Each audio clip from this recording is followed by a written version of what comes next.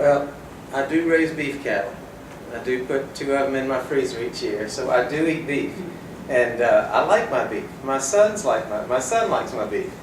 And people want to be able to eat meat, and if you want to be a vegetarian, then that's a choice. You don't have to eat animals.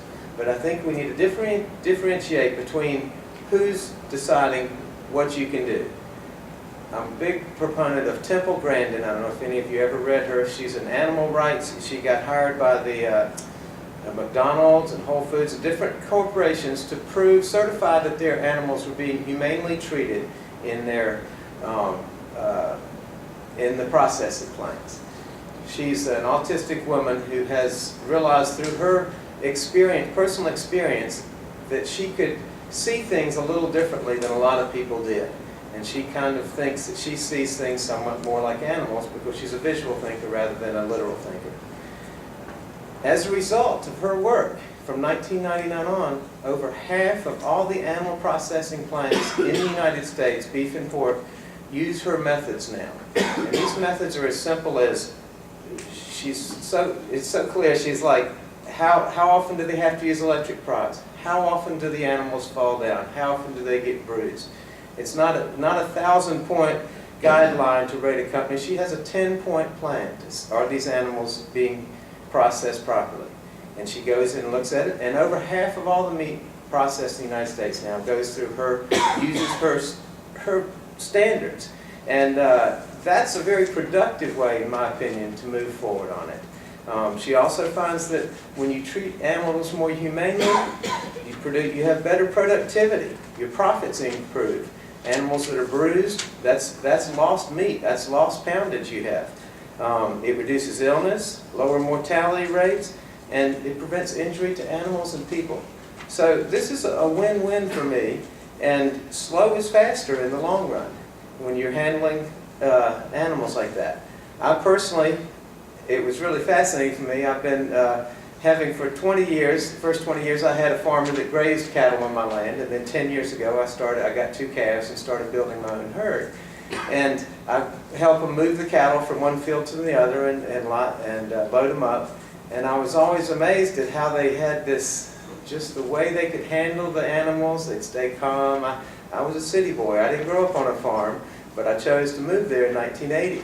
And so I tried to learn the techniques they were doing, tried to copy what they were doing. And then when I started reading Temple Grandin about 3 or 4 years ago, all the stuff they're doing is scientifically proven too. And it's so fascinating to me to see the things they've known experientially that they passed on from generation to generation to be proven scientifically true. So I think we can have proper animal growing techniques, and those cows have a great life on my farm and then when it's time to go to the market, they go to the market. So we need to find a balance where people realize the true cost of their food.